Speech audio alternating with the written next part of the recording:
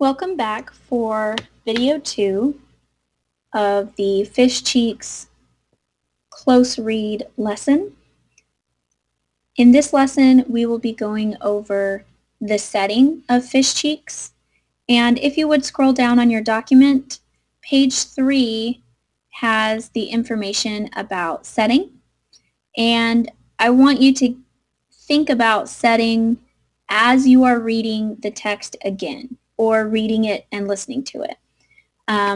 Setting, when I ask students what that is to them, often I get it's where it takes place or maybe the day that it takes place. But I would like you to expand a little bit and possibly consider what event is happening. What time of day is it? A lot of times that's key to understanding, especially a short story. What else gives away the setting? Is there some context we need to know about? I gave my students in class the example of, if I tell you that the setting is a family reunion in Springdale, Arkansas in 2016, does that tell you at all that my family and I are skiing on the lake right outside Springdale? No. So you might include the event, maybe key groups that are present, something like that. So as you read the story aloud, I would like you to highlight where you see examples of setting. So for place, we highlighted the her house, her apartment or house that they were invited over to. So you could put Amy's house, or you could say the narrator's house. And it's important that you include that it's taking place in America, since the country is key to understanding her division inside herself, how she's still confused about how much of her is Chinese and how much of her is American, and kind of bringing those two parts of herself together. So you could put that her parents invited them over, and then click comment, setting would be Amy's house, or you could say the narrator's house. So next, let's scroll down and remind ourselves what comes after place. We could put the date. She actually gives the day. She says on Christmas Eve. So I'm going to type comment setting.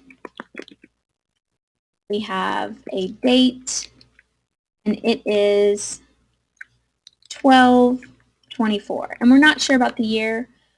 We could guesstimate the year knowing how old Amy Tan is right now and knowing that this is autobiographical in nature, but just 12/24 is sufficient. Let's go down and look at what our next one is.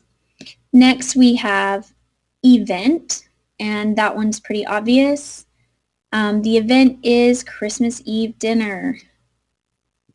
So comment, setting, Christmas Eve dinner. Okay, let's go down and look what else we need to be considering. Time of day. So time of day would be afternoon, evening. I feel like we've covered that with the term dinner. So what else could we consider? What else gives away the setting or context? If you would, go ahead and pause this video and read back through the first 3 paragraphs and think about, the first 4 paragraphs, and think about what else should we consider when we're picturing this scene. What else should we see in the scene? So go ahead and pause the video now and think about that.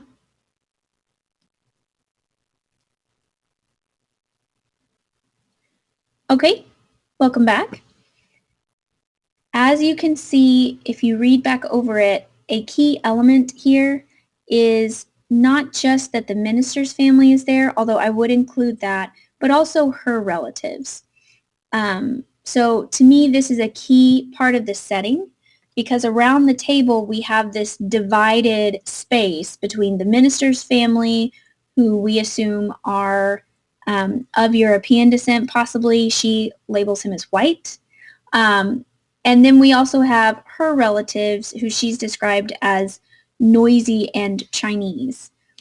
So here we have two different cultures represented at the table. And so I forgot to label this setting. Those would be the minister's family, or Robert's family, and her relatives. So I believe that's key in understanding the whole setting. Okay, so now that we've done all of that, if you would please come down here and fill these out quickly, and then take a stab at what do you think the theme is? What do you think, based on just the setting, understanding what's taking place, the time it's taking place, the event it's taking place in, take a stab at what you think the theme is. And I will see you back here for the third video.